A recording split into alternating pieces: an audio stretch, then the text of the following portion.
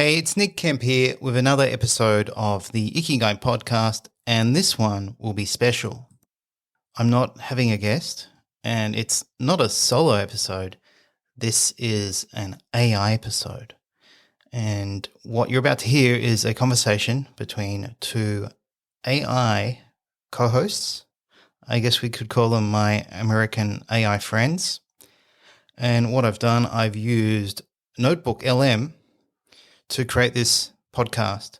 Basically, I gave Notebook LM my book, Ikigai Kan, and one link to my about page of my website. And they have taken care of the rest and produced this episode. So essentially, this is a book summary of Ikigai Kan, Feel a Life Worth Living. So if you're thinking about buying the book, this would be a good episode to listen to, as it will give you a summary of my book. Now, there are a few quirky mistakes in this AI conversation, but for the most part, I think you'll be amazed at how they converse, because it does sound very real. And for the last couple of months, I've been thinking about AI and its relationship to Ikigai. And it's something I've held back on or had perhaps some concerns about. But AI is well and truly with us. It's something we can embrace. And AI offers us the opportunity to find new Ikigai sources. And I also recognize, AI will also maybe remove some potential sources of Ikigai in our life. So it's something we're going to have to learn to adjust to. So this is an example of that. Now, I don't think I'll be making AI episodes in the future, but I thought I would put one together because I'm also off to Japan tomorrow for 3 weeks, and I won't be able to record a podcast. And it is quite hard for me to find guests. Usually I find guests who have written a paper on Ikigai, and that can take time. Not all people wish to join me on the podcast, so sometimes I do struggle to find guests. All right, well, that's my introduction, so I hope you enjoy this conversation with my new AI friends as they talk about my book, Ikigai Kan.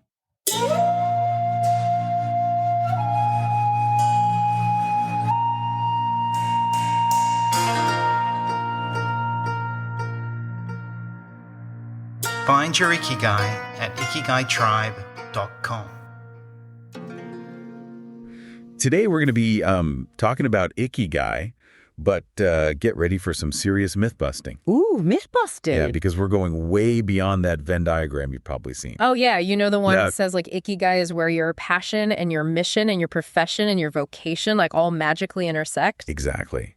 We're diving deep into Ikigai Kan, the Japanese concept for a life worth living. Ooh. By Nick Kemp. Okay. And you could say that Nick is on a mission to set the record straight about Ikigai. He really is. He spent over 5 years studying it, even interviewing tons of experts and researchers, like in Japan and around the world.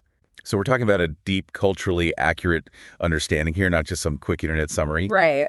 And what's fascinating is that Nick was actually the first person to point out that that whole Venn diagram thing is a total Western invention. It's true. And he also debunks the idea that Ikigai is like some secret to longevity. Right. Only found in Okinawa. Those are just romantic notions that have taken hold in the West. Okay, so let's unpack what Ikigai actually is, according to Nick in his research. Okay. He dives into the work of Miko Kamiya, a Japanese psychiatrist who had a really unique take on it.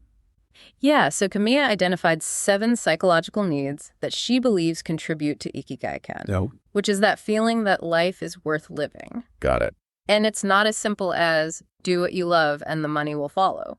So what are these 7 needs? I'm ready to take notes. All right, so first there's life satisfaction, which is pretty much what it sounds like. Feeling like your life is generally on the right track. Makes sense. We all want to feel like we're moving in a positive direction. Yeah. What's next? So Kamiya also talks about the need for a bright future. Okay. This one is all about having hope and optimism about what lies ahead.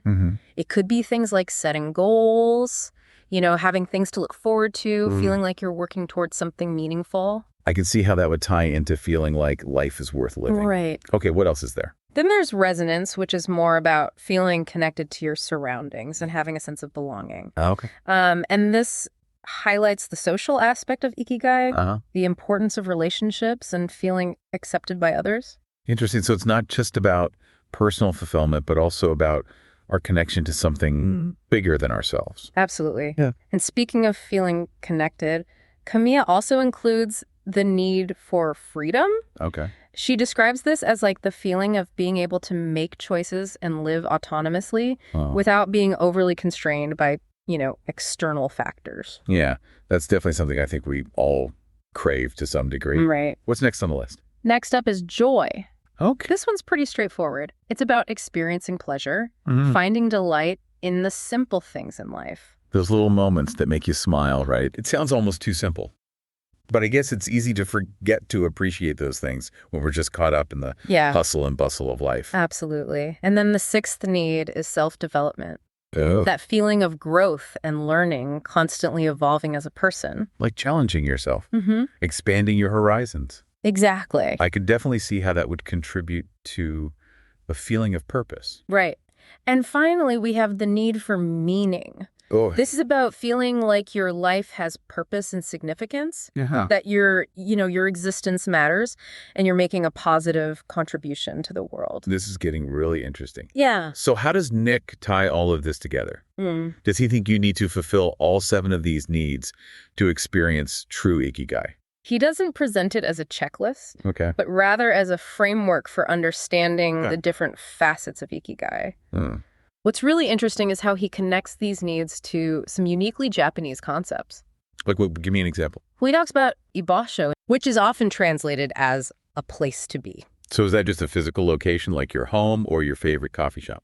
It can be, but it's more about finding a space, whether it's physical or social, where you feel a sense of belonging, security, and purpose. Got it. Like finding your tribe, the people and the environment where you can truly be yourself. Right. And feel accepted. So it's more about feeling connected and supported, whether that's through your relationships or your work, your hobbies, or even online communities. Exactly. Nick actually describes his own experience of finding ibasho in his family in nature. Wow. And even in the online community, he's built around Ikigai. So it can take many forms. I love that. So ibasho is like the foundation for experiencing Ikigai. Yes. Providing that sense of grounding and connection that allows us to thrive. It's a powerful concept and one that really resonated with me. This is already making me think about my own life in a new way. I'm curious to hear more about what Nick has to say about finding Ikigai in everyday life. Well, he doesn't just explore these abstract concepts. He also emphasizes the importance of action and bringing Ikigai into our daily routines. So it's not just about thinking about these ideas, it's about actually putting them into practice. Yeah. How does he suggest we do that? He talks about Chanto suru, which essentially means doing things properly and paying attention to detail, even in the most mundane tasks. So it's about bringing a sense of purpose and mindfulness to everything we do, no matter how small. Right. He argues that when we approach things with Chanto, we're not only contributing to our own sense of satisfaction, but we're also creating a more harmonious environment for those around us. It's like that ripple effect of positive action. Yeah. I love that idea. And then there's Uori, which is that meticulous attention to detail that goes beyond professional obligation. So it's like going the extra mile because you care deeply about what you're doing, not just because you have to. Exactly. And Nick gives the example of Japanese craftsmen who pour their heart and soul into their work. Right. It's about taking pride in what you do and striving for excellence, even if no one else notices. I'm starting to see how all of these ideas fit together. Yeah. It's not just about finding one thing that is your Ikigai. Right. It's more about approaching life with a certain mindset and set of values. It's about cultivating a sense of purpose, connection, and joy in everything you do. Sounds like a pretty awesome way to live. It is. I can't wait to hear what else Nick has to say. Me too. There's so much more to explore. All right, so we've gotten a taste of Nick Kemp's perspective on Ikigai. Yeah. What else does he have to say? Well, remember how he debunked those Western myths about Ikigai being a secret to longevity? Yeah. Only found in Okinawa. He doesn't stop there. Okay. He also takes on the famous Venn diagram. You mean the one that's all over the internet? Yes. Claiming Ikigai is where your passion, mission, profession, and vocation all intersect? That's the one. Nick actually traced it back to a blog post from 2014. Oh, wow. It's a classic example of how an idea can get, like, totally distorted as it spreads across cultures. So the Venn diagram, while maybe a well-intentioned attempt to visualize Ikigai, actually misses the mark in terms of cultural accuracy. Completely. And what's great is that Nick doesn't just criticize these popular interpretations. Yeah.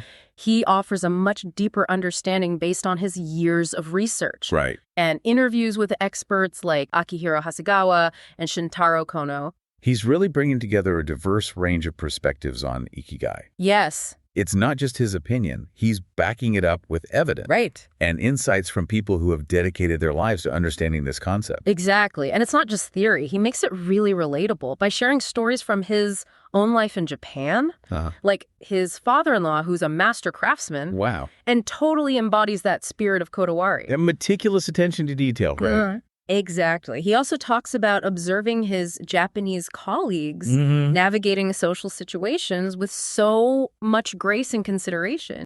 It's amazing how these seemingly small cultural differences can reveal so much. I know. About a society's values. Yeah. It's fascinating to get that insider's perspective from someone who has actually lived and worked in Japan. Right. And he's honest about his own struggles to adapt to a new culture and find his own sense of ikigai. Yeah. He even talks about experiencing ikizarasa. Ikizarasa. What's that? It refers to the pain and suffering inherent in life. Oh, okay. He's acknowledging that finding ikigai doesn't mean life will be perfect or problem-free. It's about finding meaning and purpose, even amidst challenges and setbacks. So it's not about chasing some elusive state of happiness, but rather about finding a way to live a fulfilling life, even when things are tough. Precisely. And he doesn't shy away from some of the darker aspects of Japanese society either. It's like the phenomenon of hikikomori, where people withdraw from social life completely. It's a sobering reminder that ikigai isn't just some feel-good concept. Right. It can have a real impact on mental health and well-being. But despite these heavier topics, Nick's book is ultimately optimistic. Absolutely. He offers practical advice for finding more ikigai in our lives, encouraging us to explore different sources of it, whether it's through work hobbies, relationships, or giving back to society. He seems to be saying that there's no one-size-fits-all approach to ikigai. Yes. It's about finding what truly resonates with you and makes you feel alive. Yes, and it's a journey, not a destination. Right. He encourages us to embrace origama. Accepting things as they are and finding meaning in the present moment. Got it. And to remember Gambari, persevering through challenges, and never giving up on pursuing a life worth living. He even talks about contributing to the ikigai of others. Yes. Through acts of kindness, compassion, and mentorship. It's like this beautiful cycle of meaning and purpose. Yeah. Expanding outward from our own individual journeys. Yes. To touch the lives of others. I love that it really speaks to the interconnectedness of ikigai. Yeah. How it's not just about individual fulfillment, but also about our impact on the world around us. I'm really struck by how much emphasis Nick puts on this idea of self-actualization. Yeah. But in a way that feels different from what we usually hear in the West. Right. He challenges that Western idea of striving to be the best version of ourselves. Yeah. Which can sometimes feel very pressure-filled and unattainable. He talks about shokuni damashi, the craftsman's spirit. Of constantly seeking improvement, even when your work is already exceptional. It's more about the journey of growth and development, rather than reaching some idealized end goal. It's so refreshing. Yeah. He also reminds us that ikigai isn't just about what we do for ourselves, but also about fulfilling our roles within society. That idea of Ikigaikan finding unity and belonging in those roles. That's a very different perspective than the individualistic focus we often see in the West. It is. And it makes you think about how our cultural background influences our understanding of ikigai. Right. It's not just this universal concept that applies to everyone in the same way. Exactly. It's shaped by the values and traditions of our culture. So how do we reconcile those different perspectives? Right. How do we find a balance between individual fulfillment and contributing to the collective good? That's a great question, and one that Nick explores through the Japanese practice of Nikon. Oh, nice. Nikon. Tell me more. It's a self-reflection technique that encourages you to contemplate your interconnectedness with others and the impact you have on them. It's about cultivating gratitude and appreciating the kindness and support you receive from others. Wow. That sounds like a really powerful practice. Almost like shifting your perspective from a self-centered focus to a more other-oriented one. Exactly. And Nick believes that this shift can be incredibly transformative, helping us to see the world through a lens of compassion and connection, which ultimately deepens our own sense of Ikigai. I'm really intrigued by this idea. Does he give any practical tips for incorporating Nikon into our lives? He does. He suggests things like journaling, or simply taking a few moments each day to reflect on your relationships and the ways you've been supported by others. Simple but powerful. Yes, simple but powerful. It's a good reminder that even small acts of mindfulness and gratitude can have a big impact on our overall well-being. This is all making me think about that Japanese concept of yutori. Yes, Nick talks about that too. It's that sense of spaciousness and ease we often crave in our busy lives.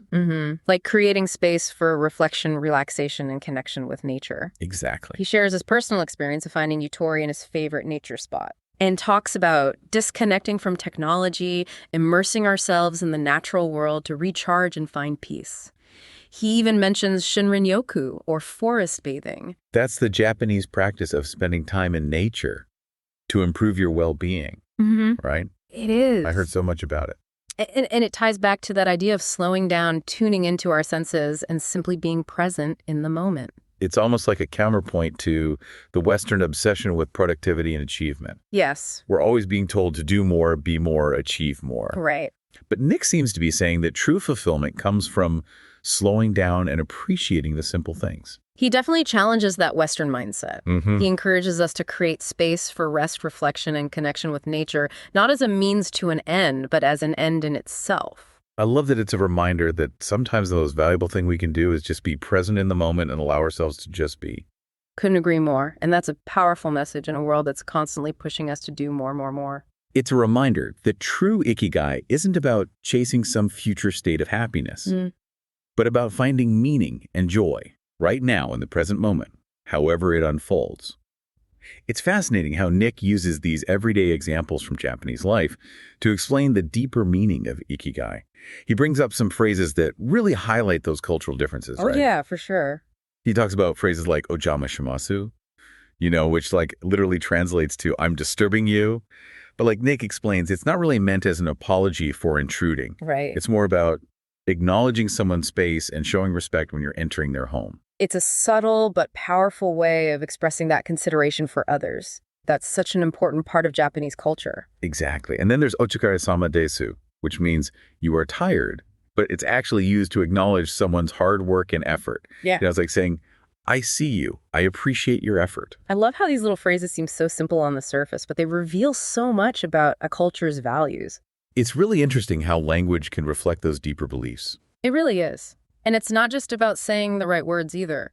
Nick also tells this funny story about a time when he accidentally caused meiwaku, which is like trouble, by misinterpreting a social cue at a bar. Oh, no. Yeah, it's a pretty lighthearted example, but it just highlights how important cultural sensitivity is and understanding those kind of unspoken rules of communication. It shows how even small missteps can have social consequences, especially in a culture that values harmony and respect so highly. Exactly. But it's not just about avoiding meiwaku, Nick also talks about how we can actually contribute to the ikigai of others. Right. He brings up the concept of urshigai, the joy of teaching and mentoring. That's a really beautiful concept, recognizing that we all have something valuable to offer, whether it's our knowledge or skills or just being a good listener. Yeah, it's about, seeing the potential in others and helping them to discover their own ikigai. And that brings us back to this theme of interconnectedness that runs through Nick's whole book.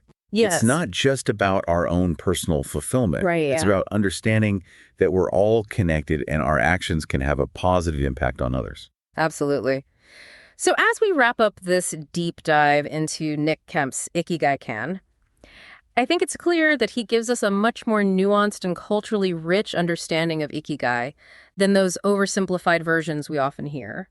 He really challenges those common misconceptions and encourages us to embrace a more holistic perspective. Exactly. It's not just about finding a dream job, It's about cultivating a way of life that's full of meaning, purpose, and connection. And finding what truly makes you feel alive Mm-hmm. and sharing that joy with others. What resonated most with you during our discussion? I think I'm still really intrigued by how much emphasis is placed on social roles and responsibility in the Japanese approach to Ikigai.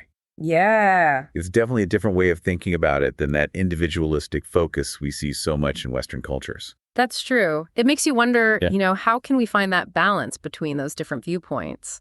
It's a great question to keep in mind as you continue exploring Ikigai in your own life. And as we bring this episode to a close, we really hope that it's inspired you to look beyond those simple explanations of Ikigai. To dig deeper into the rich cultural and philosophical roots of this fascinating concept. And remember, Ikigai is a journey, not a destination. So start small, experiment, Yeah. and be open to discovering all the many sources of meaning and purpose that are waiting for you out there. That's it. An AI-generated summary of my book, Ikigai Kan, Feel a Life Worth Living. What did you think? Apart from a few quirky errors here and there, it was very impressive. And I think this is a sign of the rapid changes we're about to experience with AI. And perhaps AI will create new sources of Ikigai in our lives and also offer us the time freedom to enjoy our Ikigai sources. Now, if you'd like a copy of my book, you'll find it on Amazon. And so with that, I'll say goodbye. And on my next episode, I'll be talking to a real human. Thanks for listening. This episode was brought to you by the Find Your Ikigai course. Developed in consultation with Japan's leading Ikigai researchers, the Find Your Ikigai course is the only culturally accurate and evidence-based practical guide to the Ikigai concept. To learn more about the Find Your Ikigai course, please visit ikigaitribe.com.